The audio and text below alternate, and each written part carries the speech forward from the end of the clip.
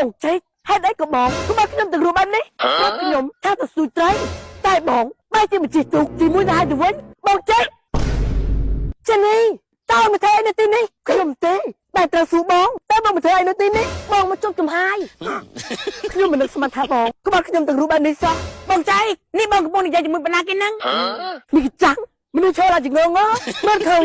បងកំពុងនិយាយជាមួយឆ្កែមិនកំពុងធ្លាប់ឡាយនងមកអញ្ចឹងមិនភ្លៀងអីហីតើបងចេកបញ្ញាទៅទេបងចេកខ្ញុំមិនអាចឲ្យបងមានក្តីសុខជាមួយនឹងថ្មីបានទេខ្ញុំនឹងឲ្យទូកនឹងក្រឡាប់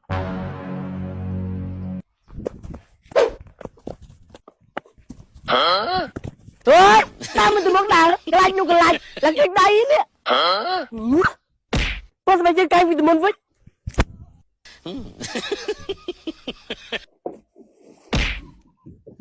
ទុកមកទាំងដៃ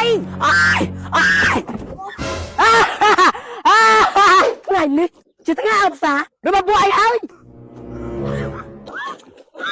រោចាំចេញពីទុកនេះទៅបើមិនចឹងទេទុកនេះនឹងបាច់ជពីបងឡើងទៅមុនទៅទុកនេះវែងខ្លាំងណាស់ពីនេះស្គួតទេឯងទាំងមិនធ្វើស្អីផងតើខ្លួនឯងហត់ទេមែនតើ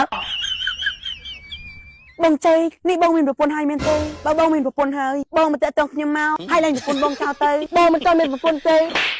បងនៅ single អូនគឺជាស្នេហាដំបូងរបស់បងហេមកមកផ្ទះពីមកផ្ទះឈឺណាស់និយាយតែខ្លួនឯងអូយឈឺមែនតើទៅប្រែសម្លាញ់ខ្ញុំចាំបានស្រស់ៗបែបនេះបងមានអីប្រកែកទៀតបងចេកតើនៅគេម្នាក់នោះជាអ្នកណាគឺជាប្រពន្ធរបស់បងខ្ញុំមកខ្ញុំទេបងមានប្រពន្ធទេ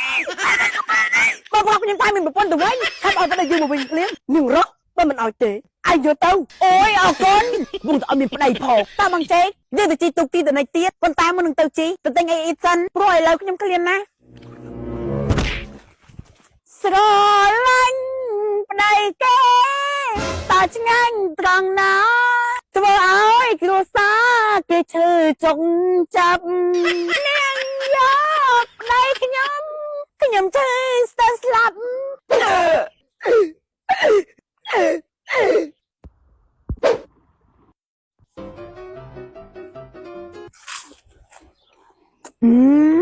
ស្រួយឆ្ងាញ់បងចង់បាននំស្រួយដែលឆ្ងាញ់តម្លៃសមរម្យនេះចាគឺនំស្រួយ Golden ជាប្រភេទនំស្រួយបន្ទះមានក្លែមលើសម្បក